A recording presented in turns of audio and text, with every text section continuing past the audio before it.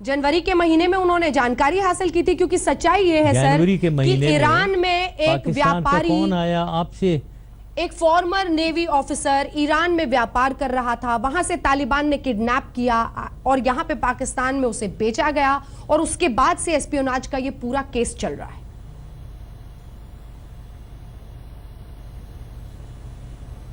अच्छा, ये दोनों चीज़ें गलत हैं।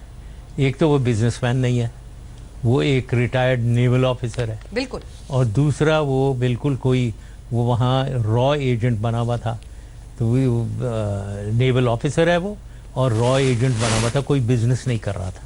ये दोनों बातें आपने गलत कह रही हैं, दोनों बातें कुकटअप हैं। ये जो सच है वो आपको कुकटअप लगता है, जो सरताज अजीज कहते हैं वो आपने कह दिया कि मूड में बोल दिया होगा। चलिए तीसरे सवाल पर आते हैं।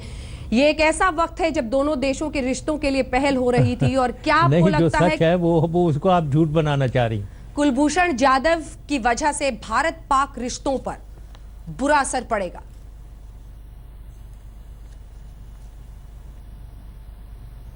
पड़ेगा, जिस तरीके से आप लोग कर रहे हैं, एक हिस्टीरिया जो डेवलप कर रहे हैं आप इंडिया में, हिंदुस्तान में, पब्लिक में, उससे तो बड़ा बुरा असर पड़ सकता है। बिल्कुल, हमेशा ऐसे ही होता है, आप ये हमेशा करते हैं, ये पहली दफ़ा नहीं है।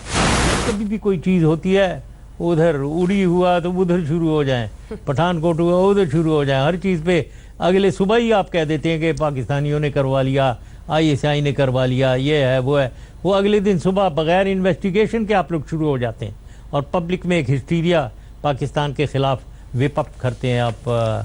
ये तो आप लोगों की अपनी आदत बनाई हुई है आपने। ये आपके लिए सहूलियत भरा एक स्टैंड है, इसीलिए आप उसका सहारा ले रहे हैं। मैं उस पर ज्यादा टाइम अपना जाया नहीं करूंगी, क्योंकि हिंदुस्तान हमेशा सबूतों के साथ बात करता है सर। और इसी के साथ मैं आपको बता दूं, 1999 में पाकिस्तान ने इंडियन नेशनल शेख शमीम का इसी तरह से एग्जीक्यूशन किया था। फिर सरबजीत का मामला चलता रहा, फिर जेल में लड़ाई के दौरान उनकी हत्या कर दी गई जेल के अंदर। मेरा सवाल यह है कि फर्क देखिए अपने आप में और हम में। बांग्लादेश हो, वहां से लेकर कारगिल तक, हमने हर बार आपकी सेना को जबरदस्त करारा जवाब दिया, लेकिन फिर भी आप समझ नहीं पाते हैं और आंखें तरेड़ने की हिम्मत करते हैं।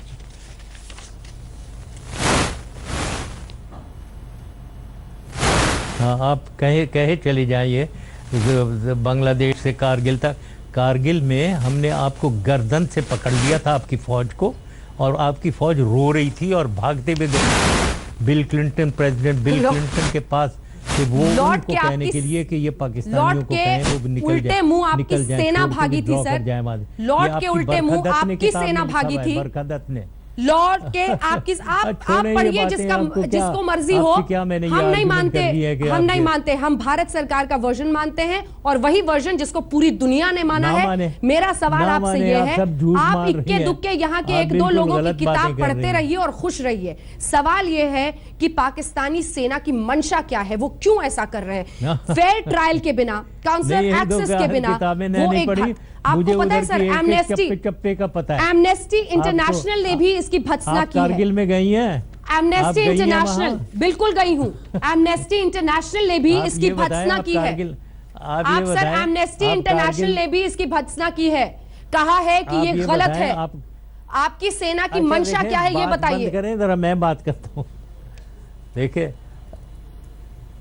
आप ये बताएं, आप कारगिल गई हैं कभी? और मेरे से आप कारगिल की बातें कर रही हैं जैसे आप गई हैं। मैं तो उधर एक एक चप्पा जानता हूँ और मुझे एग्जैक्टली मालूम है कितनी 5 जगहें जो थी, और एक जगह आप लोग आए हुए थे, 4 का तो आपको पता ही नहीं था और अब शुरू ही नहीं हुए थे ऑपरेशन।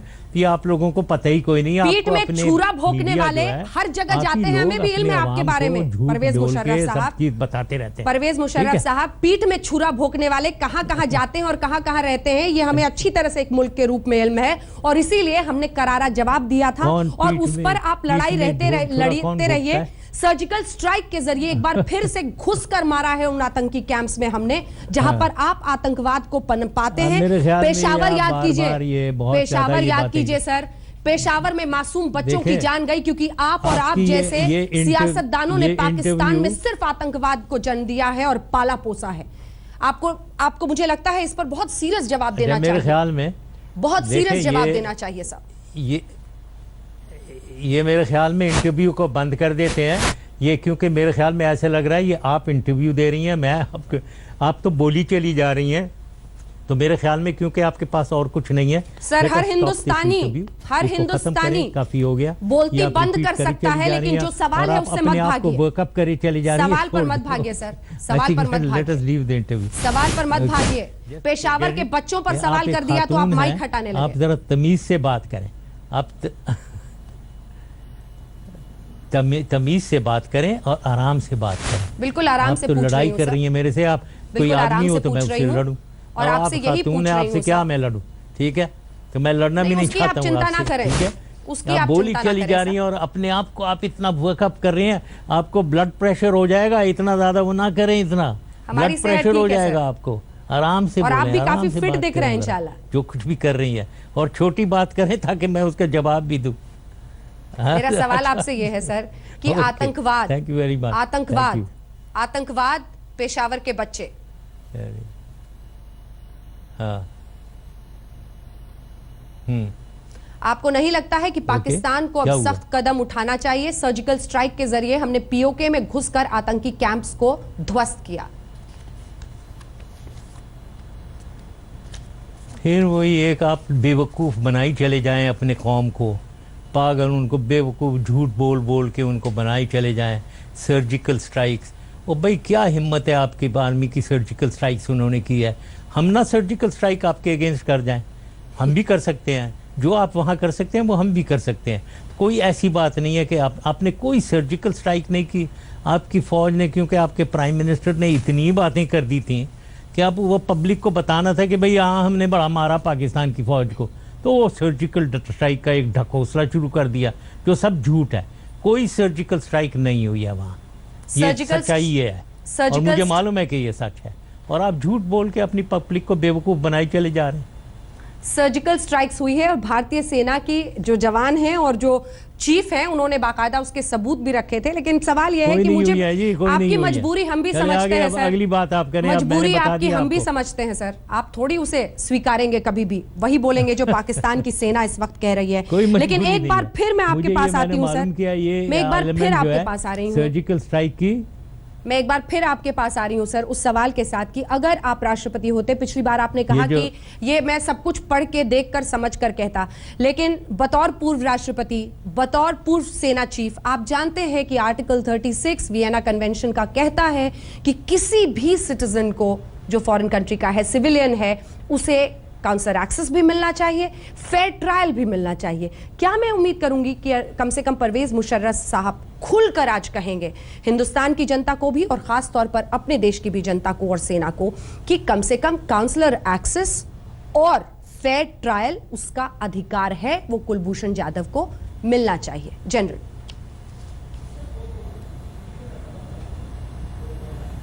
नहीं, मैं हुकूमत में नहीं हूँ, मुझे मालूम नहीं है, जैसे मैंने कहा है उसका जवाब मैंने दे दिया है। और ये जो कोट कर रही हैं आप जेनीवा कन्वेंशंस और ये सारी होती हैं, जंग में होती हैं।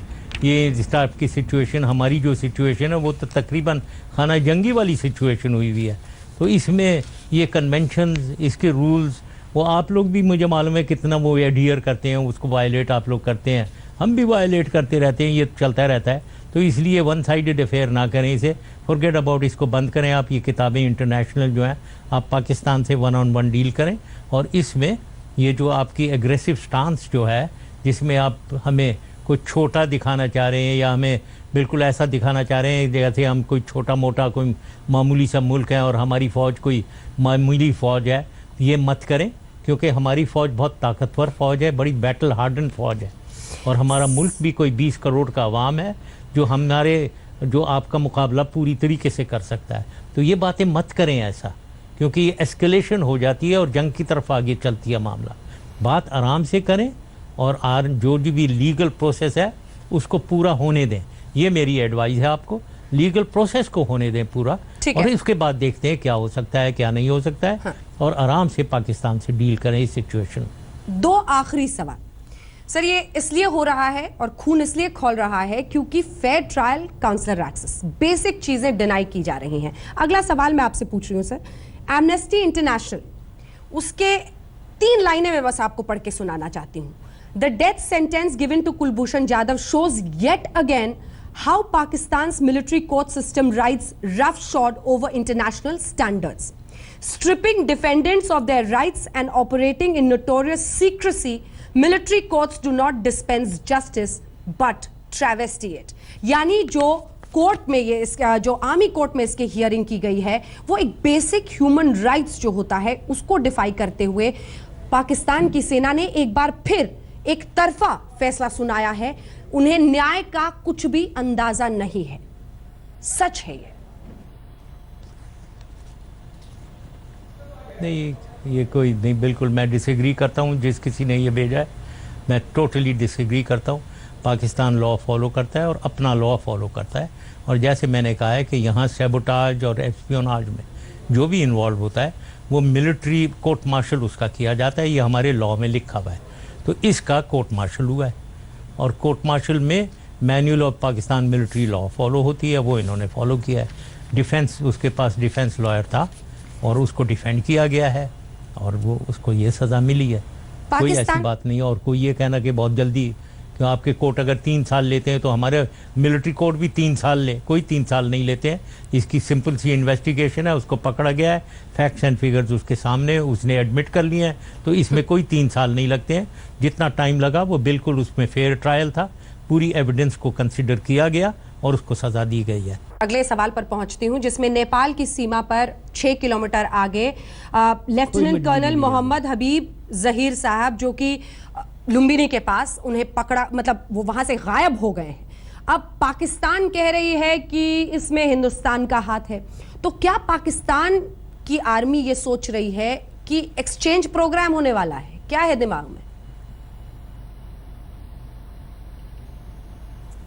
नहीं, ये किस किस्म की लॉजिक है कि एक कर्नल गायब है तो पाकिस्तान ने इसको, मतलब आपका ख्याल ये है कि ये हम बिल्डअप कर रहे हैं कि एक्सचेंज हो।